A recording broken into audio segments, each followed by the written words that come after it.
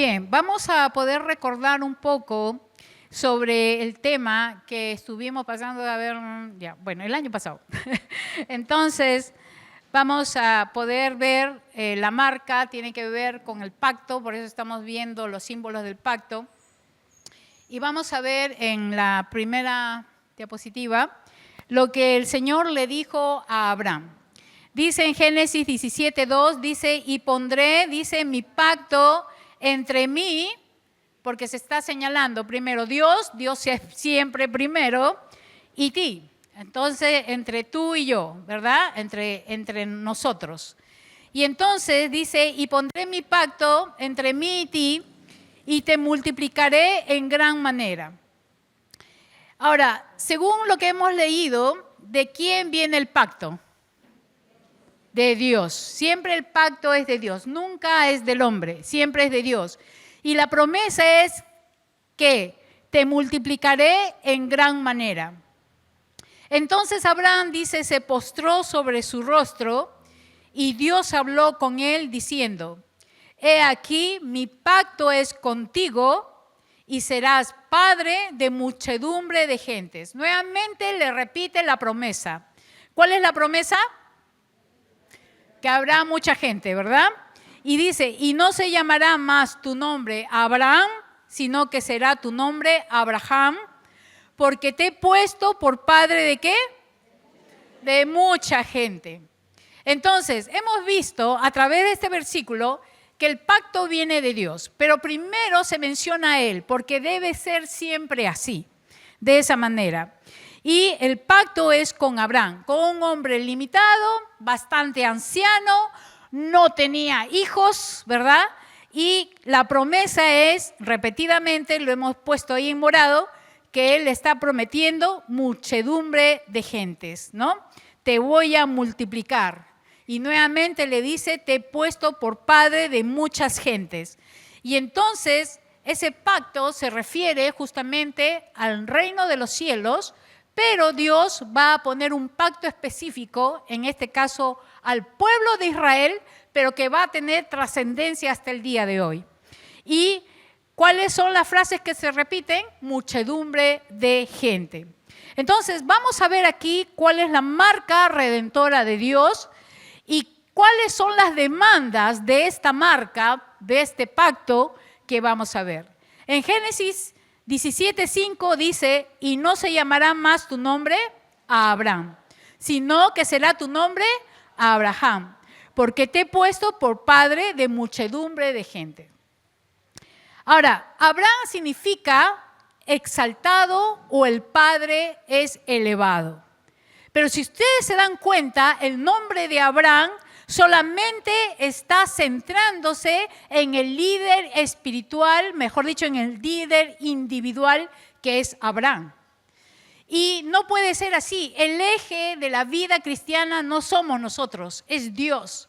Por lo tanto, si bien es cierto, Abraham era un padre elevado porque era una persona de mucho respeto dentro de su contexto de vida. Era un hombre rico, ¿verdad? Tenía posesiones, etcétera, y era muy respetado dentro de su contexto de vida. Pero ahí se llamaba Abraham. Pero no se puede centrar la vida espiritual, ni tampoco la extensión del reino, ni la misión de Dios a través de una persona. Por eso es que el Señor le llama a Abraham, padre de multitudes, padre de muchas naciones, y el énfasis está en la multitud de personas, porque Dios está interesado en la humanidad. Por eso estás acá. Por eso el Señor un día te ha atrapado con sus lazos de amor para que tú puedas justamente estar presente aquí escuchando la palabra. Ahora, la pregunta es que el Señor le está prometiendo muchedumbre de gentes a un hombre que no tenía hijos. ¿Cómo ustedes creen que se sentiría justamente Abraham con este cambio de nombre si no tenía hijos y encima estaba viejo? Ponte a pensar. O sea, me llamo Abraham, ya me elevaron el nombre, ahora me llaman Abraham de muchedumbre de gente y no tengo hijos, no tengo descendencia, ¿no? Ahora, ¿ustedes creen que Dios iba a cambiar su nombre para que él se sintiera bien? No. El propósito de que Dios cambiara su nombre es porque necesitaba, en primer lugar, que Abraham ejerciera su fe y su confianza. Pero también para que Abraham pudiera entender cuál era el propósito de Dios a través de este nombre que le había puesto. Porque el propósito de Dios sí se va a revelar y se va a mostrar. Dios también lo ha hecho con nosotros. Abraham tenía que entender que él tenía que cumplir una misión en la tierra. Y este nombre le llevaría justamente a poder entender el propósito de Dios para su vida. Por esa razón es que en el relato bíblico muchas veces nosotros vemos que Dios da un giro a los nombres. En este caso de Abraham le pone Abraham. Pero ¿cuál es la razón por la cual Dios da un giro a los nombres? En primer lugar es para que puedan saber e identificar la voluntad de Dios. Pero también para que puedan saber el propósito de Dios a través de esta persona. ¿Qué sucede? La persona va a identificar el propósito de Dios y va a querer cumplir la misión de Dios. Pero también muchas veces los nombres revelan el carácter de una persona. Vamos a ver algunos ejemplos y de repente también tú vas a ver tu nombre aquí en el hebreo, que significa mucho. Entonces, por ejemplo, Dios le cambió acá a Jacob. Jacob significaba suplantador o significaba burlador. Cuando Jacob nace, ¿de quién había estado cogiendo el talón? De Esaú. Entonces ahí ya era un suplantador. También fue un burlador porque era un mentiroso, ¿verdad? Entonces, ¿qué pasó? Simplemente el nombre que le pusieron tenía mucho que ver con el carácter de esta persona. Pero Dios le cambia de Jacob, le llama Israel. ¿Y qué significa Israel? Luchar, esforzarse.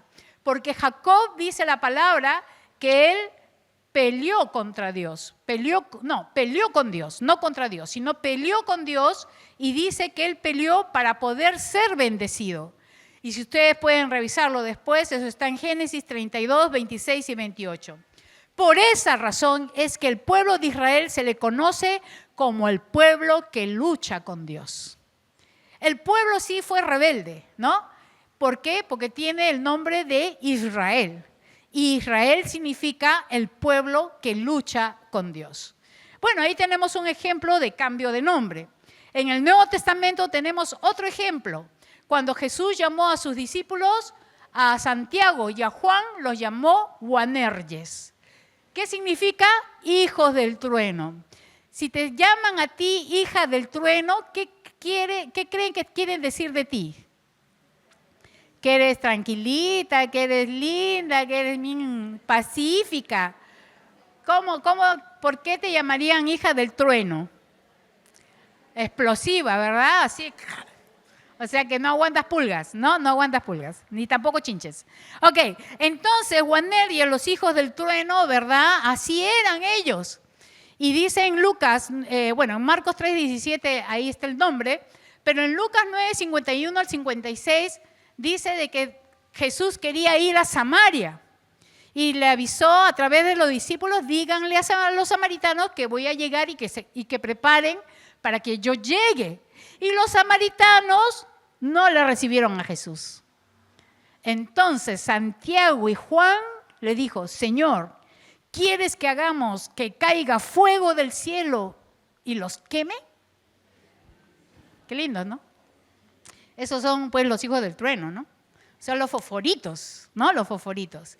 Y entonces, pero es interesante ver que después ellos de andar con Jesús, ya se les apagó el fósforo, porque ya no tronaban. Ellos ahora querían morir por la causa de Jesús. Y Santiago muere predicando el evangelio y fue muerto por Herodes. ¿Pero qué? Ya no era el hijo del trueno, era un seguidor de Jesús y que peleaba la buena batalla y lo mataron. Porque ese es el fin, ¿verdad? Entonces, ¿qué pasó con Juan? Juan, el hijo del trueno, llega a ser el discípulo amado que se reclina sobre el pecho de Jesús. Y eso lo encontramos en Juan 13:23. Entonces estamos viendo que no necesariamente, Jesús le puso ese nombre, pero eso dice la palabra que fue el comienzo. Pero cuando ya estuvieron andando, ya no fueron los hijos del trueno, sino fueron los discípulos amados y Santiago el que pregonaba la palabra y por eso fue muerto, ¿no? De esa manera. Entonces, por esa razón es que, bueno, vemos acá algunos ejemplos. Vamos a ver una lista de nombres en hebreo, que es el verdadero significado de los nombres de mujer. Solamente he puesto el nombre de mujer. Y aquí está, por ejemplo, vamos a leer rápidamente. Abigail, alegría del Padre. Ana, llena de gracia, compasiva y piadosa. Isabel, juramento de Dios. Arlet, bueno, si vas a tener una hijita, puedes escoger uno de estos nombres. Arlet, el altar de Dios. Beatriz, la que hace feliz. Rima. Damaris, esposa fiel. Gisela, promesa. Guadalupe, río oculto. Olga, invulnerable. Nancy, la benéfica, la bondadosa. Esther, la estrella. Gabriela, protectora. Ahí tengo una Gabriela por ahí. Y de verdad que es protectora de los pequeños. Muy linda. Sara, princesa, la dominante. Raquel, la oveja, mujer mansa y dulce. Joana, llena de gracia. Rebeca, atar, encantadora, trampa. Uy. Carmen, viña de Dios. Bueno, es un contexto católico ahí por si acaso. Eva, o sea, mi nombre, la que da vida. No, yo no soy Dios, sino la que da vida es porque a través de la mujer Dios permite el mantenimiento de la vida de alguien. Otorga el nacimiento también porque Dios utiliza ese instrumento para que nazca alguien. Madre de todos los mortales. Soy madre de todos ustedes. Entonces, Jessica, Yesenia, Rica. Uy, acá hay una hermana Yesenia. Hay que pedir prestado plata. Ya, Mari, María, amargura. Uy, ¿cuántas Marías? ¿Cuántas Marías de acá? Bueno, ya. Bueno, ese es el símbolo, mejor dicho, el significado hebreo. Pero los otros nombres que ustedes tienen son seculares, pues. Entonces, pero el hebreo al menos se buscó esos nombres. He encontrado esos nombres. Muy bien. Bueno, eso solamente es un paréntesis de los nombres, ¿no? Pero nosotros ahorita estamos leyendo, lo que acabamos de leer, está en Génesis, el capítulo 17 de Génesis. Y el capítulo 17, queridas hermanas, es fundamental para la historia bíblica. ¿Por qué? Porque en este capítulo Dios está estableciendo una relación, en primer lugar, con el pueblo de Israel, pero también lo está estableciendo con toda la humanidad. Porque si está hablando de la muchedumbre de gente, está hablando de todas las naciones, de todas las etnias. Por lo tanto, es un capítulo importante. Ahora, Abraham no tenía hijos. Sí, no tenía hijos, pero el plan de Dios ya había sido revelado a través de esta promesa. Y si Dios lo había revelado, ¿qué iba a pasar? Se iba a cumplir, claro, se iba a cumplir. Entonces, Abraham sería el progenitor, padre, patriarca, como quieras llamarlo, de las multitudes de naciones. Y veamos el versículo 7, ¿qué es lo que dice? Y estableceré mi pacto entre mí, otra vez el Señor, y tú. Y tu descendencia, no tiene hijos, pero va a tener descendencia, después de ti en sus generaciones. Quiere decir que la descendencia de Abraham seguiría teniendo descendencia que se llamaría generaciones, ¿sí? Por pacto perpetuo, ¿verdad? Y acá la perpetuidad significa no solamente la circuncisión, que más adelante vamos a ver, sino que tiene que ver con la eternidad, tiene que ver con nuestros días también. Y dice, por pacto perpetuo, para ser tu Dios y el de tu descendencia después de ti, y te daré a ti y a tu descendencia después de ti la tierra en que moras. ¿Dónde estaba Abraham ya establecido? ¿Dónde estaba? ¿Dónde estaba? En San Juan de Miraflores. No, hermanas, no estaba en San Juan de Miraflores, estaba en Canaán. ¿Se acuerdan ustedes de la sierva Agar? ¿Dónde habían llegado? Ya habían llegado a Canaán, pero todavía no la habían conquistado, solamente habían llegado a la tierra de Canaán, Se estaban estableciendo ahí y después llegaría la conquista en el tiempo de Josué. Entonces, pero ellos ya estaban en Canaán. Dice acá, y acá dice, en que moras toda la tierra de Canaán en heredad perpetua y seré el Dios de ellos. Dios le está prometiendo que va a ir a Canaán, claro. ¿Se acuerdan ustedes que Abraham, con su sobrino Lot, le dice a Lot que lotice, ¿verdad? Y él comienza a mirar todas las praderas y el valle por el camino de Sodoma y de Gomorra, y comenzó a lotizar, por eso se llama Lot. Entonces, ¿y qué pasó? Él escogió esos valles verdes y Abraham se quedó, ¿en dónde? En Canaán, ¿no? Entonces, en la tierra montañosa. Por eso el Señor le dice, ahí donde moras, toda la tierra te voy a dar en heredad perpetua y seré el Dios de ellos. ¿Por qué? Porque Canaán tiene la tierra de, ¿cuál es el centro de Canaán? ¿Se acuerdan qué ciudad hermosa? Jerusalén, Jerusalén, ¿no? Jerusalén tiene mucha importancia de la eternidad. Ahora, ¿cuál es el pacto? ¿Cuál es la marca que le pide el Señor, en este caso a Abraham? Ahí está, vamos a ver entonces el siguiente. Dice acá, 100% marca original, ¿ya? Ok, dice, este es mi pacto. ¿Cuál es el pacto? Que guardaréis entre mí, nuevamente el Señor, y vosotros, y tu descendencia después de ti. ¿Abraham tenía hijos? No, no tenía hijos. Será circuncidado todo varón de entre vosotros, solamente hombres, no mujeres. Dice, debes cortar la carne del prepucio. ¿Qué significa eso? Ya después les explico. Entonces, debes cortar la carne del prepucio como señal del pacto entre tú y yo. De generación en generación, todo varón, hombre, nada más, todo varón debe ser circuncidado al 8º día de su nacimiento. ¿Por qué al 8º día? ¿Cuánto dura la menstruación de una mujer por lo general? Exactamente, una semana.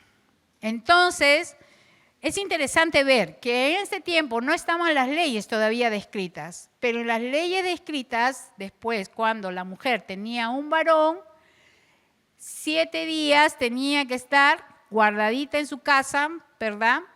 7 días, y después en el 8º día comenzaba su purificación, 33 días, pero en el 8º día, digamos que ya era un poquito libre, ¿no? Entonces, eso era con un varón, con la mujer se duplicaba el asunto. Pero bueno, esa es otra historia. Entonces, pero dice acá, debe ser circuncidado al 8º día de su nacimiento. Esto incluye no solamente, ojo aquí, a los miembros de tu familia, sino también a los siervos nacidos en tu casa y a los siervos extranjeros. ¿Había en esos momentos algún israelita? No, no había ningún israelita, no había ningún judío. Israelita y judío es diferente, ¿eh? Judío vienen de Judá, y Judá es de todo Israel. Y los israelitas son hebreos, pero judíos se les llama solamente a los de Judá, por si acaso. Bueno, esa es otra historia, pero después lo voy a explicar. Ok. Sino que a veces yo también me confundía, pero ahora ya no, porque ya ha sido explicada. Entonces, aquí dice, esto incluye no solamente a los miembros de tu familia, sino también a los siervos nacidos en tu casa. No había ningún hebreo ahí. Y a los siervos extranjeros. Quiere decir que todos, ninguno era judío, ninguno. Todos eran extranjeros, simplemente, que hayas comprado. Dice, todos deben ser circuncidados, llevarán en su cuerpo la marca de mi pacto eterno. Todo varón que no sea circuncidado será excluido de la familia del pacto por romper el pacto. ¿Qué significa la circuncisión? La siguiente figura. Bueno, ahí está el miembro del hombre, ¿verdad? Y entonces, circuncisión significa cortar alrededor, circunferencia, cortar. Eso se llama el prepucio. Jalaban el prepucio, ¡fua!, lo cortaban. Y de esa manera, cortar, por eso circuncisión significa cortar alrededor. Y esa era la marca, en este caso, del cuerpo del varón. Pero si nosotros vemos, porque la circuncisión se habla también en el Nuevo Testamento, ya con la importancia espiritual, vamos a ver un poco qué significa la circuncisión, o sea, esta marca. Pero esta marca ya no solamente es del varón, sino también de la iglesia, de aquel que cree en el Señor. Pero vamos a ver un poco el significado de la circuncisión. En primer lugar, era la eliminación del prepucio y simboliza el corte a la impureza, y de esta manera, cuando se cortaba eso que representaba la impureza, entonces había una dedicación realmente de uno mismo hacia Dios. Entonces, ¿qué sucede? Este simbolismo era una manera, o representa espiritualmente, una amputación a la carne y no confiar en ella. Nosotros tenemos que amputarnos de la carne, porque la carne nos hace daño cuando nosotros confiamos en ella. Ustedes han visto y han escuchado seguramente que cuando una persona tiene gangrena en el pie y comienza a avanzar, ¿qué hace el médico? ¡Fua! Lo corta. ¿Por qué lo corta? Para que no mate a la persona. Exactamente, porque la gangrena justamente va dañando y mata a la persona. Entonces, en la figura espiritual, entonces lo que nos enseña el Señor es que la circuncisión de nuestro corazón debe de amputar la carne para que no confiemos en ella, para que no nos controle. Porque si nosotros nos dejamos gangrenar por el pecado, ¿cuál es el resultado? La muerte. Estamos hablando de la muerte espiritual. Entonces, el Señor nos está enseñando a través de la circuncisión también principios espirituales. Y también para el pueblo de Israel representaba un compromiso de vivir de acuerdo a los estatutos. No era suficiente que el judío, el israelita, se cortara el prepucio.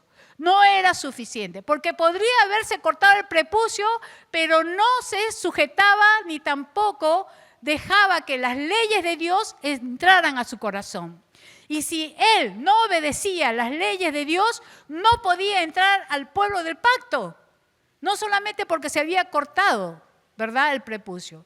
Lo mismo sucede en la iglesia. Yo puedo creer en Dios, hay mucha gente que cree en Dios, pero si yo no me someto a la voluntad de Dios y no obedezco las leyes de Dios, entonces yo no estoy evidenciando una vida cristiana. Y por lo tanto puedo creer en un Dios general, pero no me estoy ajustando a sus leyes. Igualmente pasaba con un judío. Simplemente ellos no solamente podían cortarse el prepucio, sino que tenían que comprometerse a estar de acuerdo a los estatutos de Dios. Mantener una relación con el Señor y ser realmente apartados para su propósito. El siguiente, por favor. Entonces, la circuncisión no solamente era una marca física, sino también espiritual.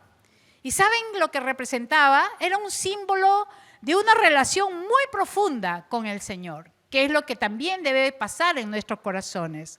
Y esta marca del pacto fue recibida por fe, porque Abraham creyó. ¿Quién fue el primer circuncidado? Él. Y circuncidó también a Ismael, que tenía 13 años. Y Abraham tenía un montón de años, pero él obedeció por fe. Y él transmitió también esto a todo el pueblo que iba a tener. Bueno, cuando tuvo a Ismael, lo circuncidó. De esta manera recordarían, cada vez que ellos veían esa cicatriz, ¿verdad? Ellos recordarían ese enlace como pueblo elegido de Dios y su compromiso responsable ante sus leyes. Sin embargo, el significado de la circuncisión va más allá del acto físico. Ahora, esto se ve en el libro de Deuteronomio ya con la vida de Moisés. Dios le dice a su pueblo a través de Moisés, miren lo que les dice, circuncidaos pues el prepucio ¿de qué? De vuestro corazón, ya no es del órgano del hombre, es del corazón. ¿Por qué? Y dice, y no endurezcáis vuestra cerviz. Qué importante es que haya una operación desde el interior. Tiene que haber una transformación desde el interior para que de esa manera tu corazón no se endurezca. Querida hermana, todas las hermanas somos emocionales. Tenemos sentimientos, historias en nuestra cabeza con finales desastrosos o felices. Y cuando estamos casadas, tenemos quizás más problemas. Y cuando nuestros hijos van creciendo, tenemos mayores problemas. Y todos los pecados y problemas y cosas enredaderas y todas las cosas que vivimos, tú tienes que tener cuidado. Si el Señor ha hecho una operación en tu corazón en una forma interna, y eso se exterioriza a través de los frutos del Espíritu, entonces tu corazón no se va a endurecer. Pero si tú permites que lo que te hace tu esposo, lo que te hace el jefe, lo que te hacen tus hijos, va comenzando a embarrar tu corazón, te va a endurecer y va a simplemente engrosar tu corazón. Y cuando se engrosa, tu corazón se vuelve duro. Y por eso ese texto dice, ¿qué dice? Circuncidad pues el prepucio de vuestro corazón y no endurezcáis más vuestra cerviz. Porque si tu corazón se engrosa por causa de los resultados del pecado, porque el resentimiento es pecado, amargura es pecado, odio es pecado, envidia es pecado, competencia es pecado, tristeza es pecado. Entonces, si tu corazón está engrosado, la palabra dice que te vas a endurecer. Es lo que dice el texto. Y por eso eres rebelde. Y no cambias. Y sigues en lo mismo. Y pides consejería. 100 veces la misma historia. Y no hay cambio. Porque tu corazón ya está engrosado. Pero acá el Señor está exhortando a que haya una operación interna, ¿verdad? Y de esa manera simplemente eso se va a reflejar. ¿De qué está hablando? De una fe genuina, una fe íntegra, que va a evidenciar justamente en tu vida externa. Si uno no obedece a Dios, ¿qué pasaba con un judío? Si no obedecía a Dios, entonces por gusto se hizo la circuncisión. Quiero decirte que lo ritual, ni las ceremonias, ni venir a la iglesia los domingos, lo ritual no te cambia. Y muchos de los judíos transformaron esto en un ritual hasta el día de hoy. Hasta el día de hoy los judíos se circuncidan, pero no hay cambio en su vida. Entonces, esto es algo muy importante, por favor, no vuelvas tu fe una religión. No un ritual, ¿sí? Tiene que haber cambio de vida. Cada vez que lees la palabra, tiene que haber una respuesta en tu corazón, porque la palabra hace eso. La palabra cambia, ¿verdad? Transforma realmente tu vida. Ahora, esta marca, según lo que hemos leído en el texto anterior, esta marca del pacto fue extendida a los siervos y también a los extranjeros. Era una marca que los separaba del mundo y los reconocía como el pueblo de Dios. Es interesante ver que esta marca producía de alguna manera algo, porque te hacía responsable y te comprometía con las leyes de Dios. Ahora, en el Nuevo Testamento, por ejemplo, en la iglesia de Antioquía, en la iglesia de Antioquía por primera vez nos llaman ¿cómo? ¿Cómo nos llaman? Cristianos. Pero antes de llamarnos cristianos nos llamaban cristitos. ¿Por qué nos llamaban cristitos? No es porque eran unas pulgas cristianas, no. Sino porque le llamaban de esa manera porque los cristitos reflejaban, ¿qué cosa? A Jesucristo. Y realmente seguían los pasos de Jesús.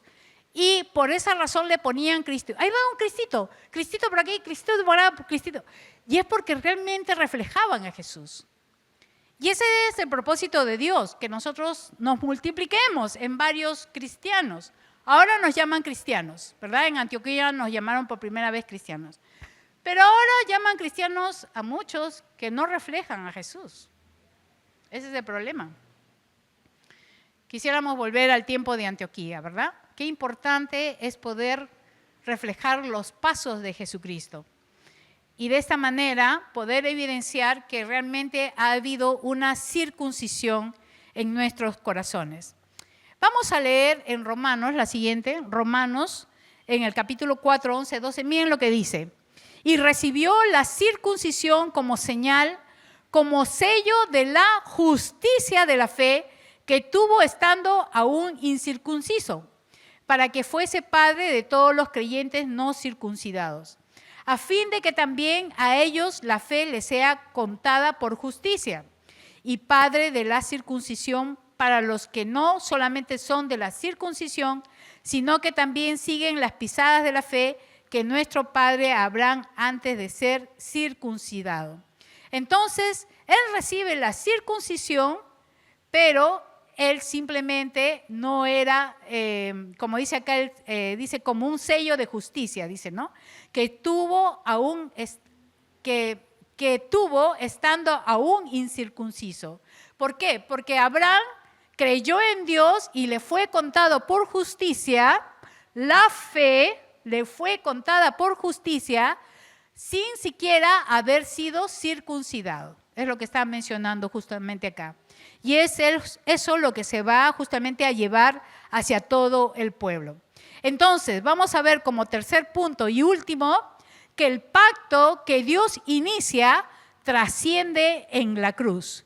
Y en el versículo de Colosenses 2, 11 y 12, miren lo que dice. En él también fuiste, ¿qué? ¿Eres hombre o mujer? ¿Has sido circuncidada? ¿Por quién? Por Cristo. A eso se está refiriendo. En él también hemos sido circuncidados con circuncisión, no hecha a mano, no de las reglas que le dio a Abraham. Al echar de vosotros, ¿qué cosa? El cuerpo pecaminoso carnal en la circuncisión de Cristo. Entonces, ¿quién opera en nuestra vida? Jesús. Él es el que nos opera. Él ya nos sacó el prepucio de nuestro pecado, ¿sí? Y Él ha operado nuestros corazones. Pero miren lo que dice. Sepultados con Él en el bautismo, en el cual fuisteis también resucitados con Él mediante la fe en el poder de Dios que le levantó de los muertos. ¿Por qué menciona el bautizo? En primer lugar, la circuncisión se relaciona con el bautismo porque el bautismo no salva, por si acaso, pero el bautismo representa esa identificación con Jesucristo y no solo en una ceremonia, sino en el deseo de renunciar al mundo y vivir una vida de obediencia. ¿Qué pasa en el bautismo? Bautismo significa baptismo en el griego original. Y bautismo significa sumersión. Por eso es que nosotros nos sumergen. No nos echan agüita encima, nos sumergen. Y esa sumersión significa renuncio al mundo, a mi vida de pecado, me sacan del agua y vivo para Cristo. Pero el bautismo no salva. Entonces solamente es una figura representativa que habla la palabra. Entonces, cuando te meten al agua y no te dejan en el agua, ¿no? Entonces, ¿qué sucede? Te tienen que sacar. Porque cuando te sacan, representa la resurrección junto con Cristo para morir simplemente al pecado. Yo renuncio, lo hago en forma pública, ¿verdad? Y bueno, dentro de las reglas de la iglesia y de la doctrina, tú perteneces y te haces miembro del cuerpo de Cristo. Pero esa es la figura. El bautismo no salva. Pero hay muchos credos, mucha gente que cree en que el bautismo salva. Por eso bautizan a sus niños de pequeños. Y puede haber un delincuente, una prostituta que se bautizó desde pequeño y se muere y cree que se va al cielo.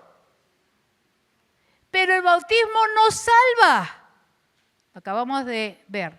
El bautismo solamente es un símbolo de una reafirmación de tu fe en obediencia, en forma pública, ¿Saben por qué lo hacen público? Porque Jesús lo hizo público cuando Él se bautizó. Él no necesitaba bautizarse, porque Él es Dios, pero lo hizo por testimonio y porque después Él dejaría esa regla para la iglesia.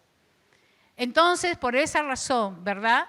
Y acá podemos ver, el bautismo no salva, pero sí reafirmamos nuestra fe y obediencia a Cristo en forma pública, renunciando a tu vida antigua y al mundo, decidiendo seguir a Jesús.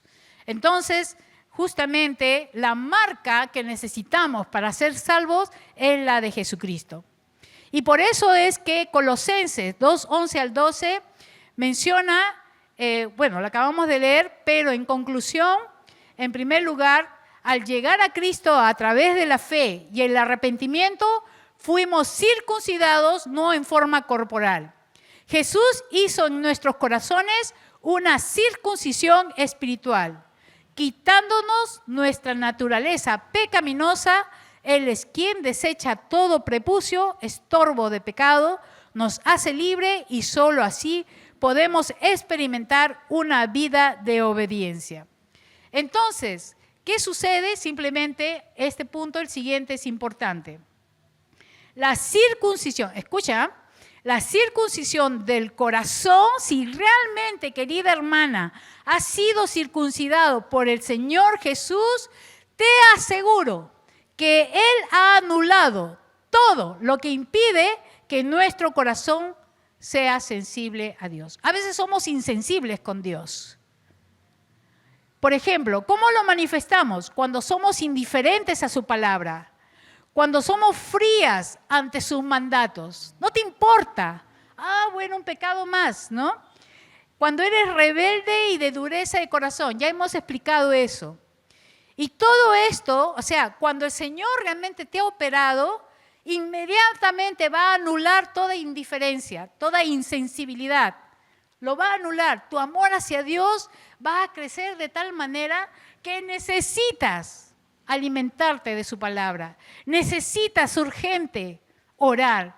Cuando estás siendo tentada, probada, angustiada, estás en cuadros de ansiedad, etcétera, paras y dejas de hacer todo para buscar al Señor. Yo siempre les recomiendo, busquen su cojín de oración. Un cojín chiquito nomás. Porque si es muy grande te vas a quedar dormida. Entonces, algo pequeño donde puedas inclinarte a orar, dejas de hacer todo y te vas a tu cuarto secreto para poder orar. Y pones todo delante del Señor, porque la palabra nos enseña que todas las cargas que nosotros tenemos, podemos presentarla delante del altar de la misericordia y de la gracia. Y el Señor, ¿sabes qué va a hacer el Señor? Te va a escuchar. El Señor hace eso. Y si tú crees, te va a responder. Te lo digo por experiencia. Muchas veces he tenido que ir al lugar secreto a orar. Y el Señor en Juan me ha respondido. ¿Sabe por qué? Porque he creído. El Señor me ha mostrado sus maravillas y el Señor que es. Porque el Señor, este Señor creador del cielo y de la tierra, es tu papá, es mi papá. Y los papás cuidan de sus hijos. Entonces, por esa razón es que tienes que identificar si eres indiferente, si eres fría, si eres rebelde. Todo esto sucede porque no hemos dejado que Jesús opere y saque, ¿qué cosa todavía no ha sacado? Todo ese poder y el gobierno del mal de nuestras vidas. Tú tienes que analizar, querida hermana, de verdad tienes que ser muy sincera. A veces cuando estás a sola con el Señor, hazte una lista. Consíguete un cuaderno, una libretita. Si no tienes el té filtrante en la parte de atrás que está en blanco, escribe ahí. O sea, hazlo. Haz una lista de todo lo que has permitido en tu vida. ¿Cuántas veces se han metido en brujerías, en leída de cartas? N cosas. Si me pongo a hablar acá, N cosas, ¿no? A veces en las consejerías se encontraron un montón de cositas. Y es porque todavía el gobierno de Satanás está ahí presente. Pero el poder de Dios y la operación que el Señor hace es completa. Y por lo tanto, Él sí nos puede quitar todo obstáculo. Él va a amputar ¿verdad? Va a cortar ese prepucio que está impidiendo que nuestro corazón sea duro. Y frío, por eso hay un corazón frío, ¿verdad? Entonces, de esa manera, cuando tú te rindes al Señor y le pides perdón, te aseguro que aprendes a someterte a Él y vas a identificar la palabra de Dios, que es su voluntad, y fácilmente vas a saber tomar decisiones, porque la palabra de Dios hace eso. Te llena de tal manera que inmediatamente sabes qué decisión tomar. ¿Eres tentada? Tienes una decisión en el Señor. ¿Tienes alguna dificultad? ¿Estás careciendo de economía? Tienes una decisión en el Señor. El Señor siempre tiene una respuesta. No seas indiferente. Un corazón de piedra no puede obedecer a Dios. Y Ezequiel 36:26 dice, Dios hace una operación y nos da. ¿Qué nos da? Un corazón nuevo.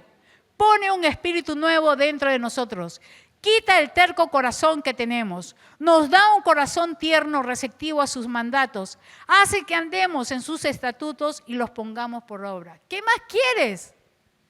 ¿Qué más quieres? Eso hace el Señor por ti, ¿verdad? En cambio, dice en Efesios 4:24, en cambio, dejen que el Espíritu les renueve los pensamientos y las actitudes. ¿Dónde empieza? En tu cabeza. Y luego se refleja en tus acciones. Pónganse, miren lo que dice el Señor, ¿eh? Pónganse la nueva naturaleza creada. ¿Por quién? Por el Señor. Para ser a la semejanza de Dios. El Señor ha creado para nosotros una nueva naturaleza que empieza en Él. Quien es verdaderamente justo y santo, ¿verdad? Por favor, evidencia a través del fruto del Espíritu. Más adelante vas a comer fruta, que es un símbolo de la evidencia del fruto del Espíritu, ¿verdad? Y vas a poder recordar que sí, hay evidencias del fruto del Espíritu si es que te dejas guiar por el Espíritu, porque el Espíritu dice, nos guía a toda verdad. Lo menciona en Gálatas. Él nos guía a toda verdad y nos enseña toda verdad porque esa es la función del Espíritu. ¿Y qué espíritu creen que tenemos? ¿Qué espíritu tenemos? ¿Ah? ¿Pero qué espíritu es? Es el Espíritu de Dios. Ese espíritu es el que está morando en nosotros. No es otro, ¿ah? O sea, una visita. Es el Espíritu de Dios. El que mora en nosotros, en este estuche malogrado. Bello sí, pero malogrado. Y ahí habita Dios. ¿Qué más quieres, hermana? ¿Qué más quieres? ¿No?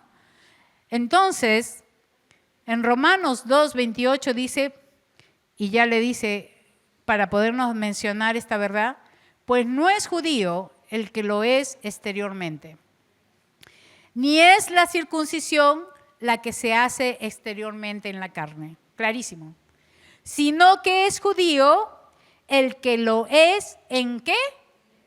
En lo interior, y la circuncisión es la del corazón en espíritu, no en letra. No solamente es suficiente conocer.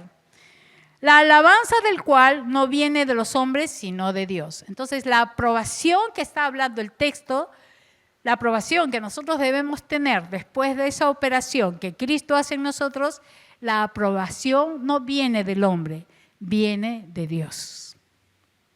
Check. ¿Tienes ese check? Espero que sí. El carácter renovado lo da Dios al circuncidar tu corazón. No es, por si acaso, Dios no está buscando la sustitución de un pueblo. Claro, esa orden se la dio al pueblo de Israel, pero el pueblo de Israel falló. Pero Dios trasciende en el nuevo pacto, la nueva marca que tenemos en Jesús, ¿verdad? Dice, entonces el Señor requiere de nosotros la obediencia y aprobación viene de Dios y no de los hombres.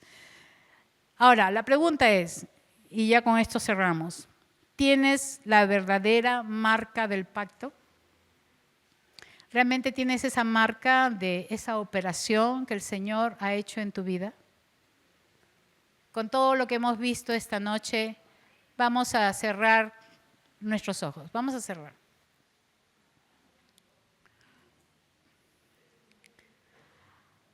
Hemos visto aquí que muchas veces estamos abrumados, ¿verdad? Somos indiferentes, fríos, frías, nos agobiamos, pensamos que todo lo que nos pasa es mayor que lo de Dios y no hemos dejado circuncidar nuestro corazón. Pero si tú deseas que el Señor opere de una vez por todas en tu corazón, para que no se endurezca tu corazón, es tu oportunidad de poder decidir. En esto sí tienes que tomar una decisión. Nadie puede decidir por ti, querida hermana o querida amiga. Si tú deseas ser operada el día de hoy por Jesucristo y quieres rendirle tu vida y aprender a someterte, a poder entender cuál es el propósito de tu vida aquí en la tierra, por favor, levanta tu mano. Levanta tu mano si es que quieres ser operada por Jesucristo de una vez por todas. Que Dios te bendiga. ¿Hay alguien más? Mantén tu mano levantada, por favor. Dios te bendiga. ¿Hay alguien más? Dios te bendiga. Dios te bendiga. Por favor, necesito que se pongan por un momento de pie. Pónganse de pie, por favor, las que han levantado su mano. Pónganse de pie, porque tú te estás poniendo de pie delante del Señor. Yo no tengo nada que hacer contigo, yo no te puedo operar, pero el Señor sí lo puede hacer, de una vez por todas, para que no luches. El Señor sabe qué va a hacer, va a anular todas las cosas que hay de indiferencia en tu corazón. Bien, si hay alguien más, puedes ponerte de pie con esa libertad. Vamos a orar. Amado Dios, queremos darte las gracias por tu palabra. Señor, creo, y por eso estoy de pie, creo que no he dejado que tú operes mi corazón. Por esa razón es que en mi corazón ha habido diferentes respuestas de dureza, de incredulidad, de indiferencia, de frialdad. Han habido muchas luchas en mi corazón porque han sido mayores que tu palabra. Pero la obra que tú has hecho en la cruz es suficiente para mí. Por eso te ruego, Señor, que por favor operes en estos momentos mi corazón. Reconozco mi debilidad, reconozco mi pobreza espiritual. Perdóname, Señor, por haber luchado contra ti y no haber dejado que tú operes y anules toda esta impureza que está controlando mi vida. Por favor, Señor, me afianzo a la libertad que tú me das y a la nueva criatura que tú pones en mi corazón el día de hoy. Señor, creo en ti, perdóname. Tú sabes lo que tienes que sacar, el prepucio que tienes que sacar de mi vida. Y dejo que lo hagas, Señor, porque de verdad necesito ser operada y tú lo puedes hacer en forma completa. Gracias, Señor, por hacer en estos momentos esa incisión en mi corazón para que mi corazón sea libre de pecado. Gracias, Dios, por salvarme este día y permíteme comprometerme delante de ti para seguir tus pisadas y no dejarte. Gracias, Padre, en el nombre de Jesús. Amén. Amén. Quiero que tomen un ratito asiento y quisiera que ustedes puedan identificar algunos símbolos del pacto. Tenemos ahí a la cruz, ¿verdad?, que representa la redención de Jesús. Tenemos el corazón plateado. La plata está representada en el tabernáculo, en los dinteles de plata que sostenían el tabernáculo y significaban el sacrificio de Jesucristo. Porque los dinteles, que son como los muros que están acá, pero eran dinteles, eran el soporte del tabernáculo. Y Jesucristo representa eso, el soporte de nuestras vidas. El ictus, que ustedes han podido ver en la dinámica, que significa ¿qué cosa? Hijo de Dios, Salvador. Eso es lo que significa. Luego tenemos los colores, ¿verdad?, del Evangelio, representado en el negro, el pecado que no queremos, ¿verdad?, en rojo, la sangre de Cristo, el blanco, la vida limpia, el amarillo, el reino de los cielos, y el verde, el crecimiento que solamente podemos tener en Jesús. El rostro feliz, que es un resultado de poder conocer al Señor y crecer. Esa bolita roja representa el nuevo pacto, que es Jesucristo. Y la corona representa el reino de los cielos en el cual debemos de vivir. Por razones de que nos gana el tiempo, de todas maneras vamos a poner las preguntas. En estos momentos no vamos a poder responder estas preguntas en los grupos porque ya nos ha ganado el tiempo, pero sí lo van a hacer en los gen. Si tú estás en un gen, ahí se va a preguntar sobre este tema y entonces ahí tú vas a poder explayarte y poder compartir con tu tutora de gen. Y de esta manera. Entonces, de todas maneras, si es que no perteneces a un gen, puedes tomarle una foto y poderlo también responder en forma personal. Van a hacer una tarea, pero esta tarea va a ser un poco diferente. La tarea es para las redes. Siempre se ha ido a predicar, claro, a niños en algún momento, pero más predican a adultos. Pero esta vez lo vamos a hacer a través de las redes, a través de una lección que van a hacer por gen, que va a durar 10 minutos. Escuchen bien, de todas maneras a los tutores les voy a pasar la foto, pero ingresan a Google, escriben ASIN, Alianza Cristiana y Misionera, solamente las siglas, ASIN SJM, que significa Alianza Cristiana y Misionera San Juan de Miraflores. Ponen videos, ministerio a la niñez, / y ahí se quedan. Después del / pueden poner el título que está en el punto B, poner uno de estos títulos. Jesús calma la tormenta y el corazón de sus discípulos. Pueden poner ese título o pueden poner los otros títulos del punto A, la murmuración y sus consecuencias. Pueden poner Dios quita y pone reyes. Pueden poner instrucciones y confianza en Dios. Pueden poner Señor quiero agradarte. Pueden poner la misión en la India hasta lo último de la tierra. Jesús es rechazado en Nazaret, la buena semilla. Pueden poner un título y les va a salir la grabación de esa lección que se ha hecho en el Ministerio de la Niñez. Son ejemplos que tú puedes verlos, si quieres puedes verlos todos porque son cortos. Puedes verlos y puedes sacar un modelo de todo lo que debe de contener tu tarea para la red. Hay teatros, títeres, trabajos manuales, etcétera. Todo eso es para echar a la red. Entonces van a tener la tarea de una lección para niños, en esta vez van a trabajar para los niños, de 10 minutos, ¿sí? Y eso me lo van a enviar ya editado. No me lo manden así en borrador, por favor. Tiene que ser editado porque es para poderlo colgar ya a través de la red, del ministerio. Entonces va a salir en Facebook de la iglesia y en YouTube también. Entonces, de esa manera, ¿sí? De todas maneras, les voy a pasar la página para que los tutores puedan tenerla.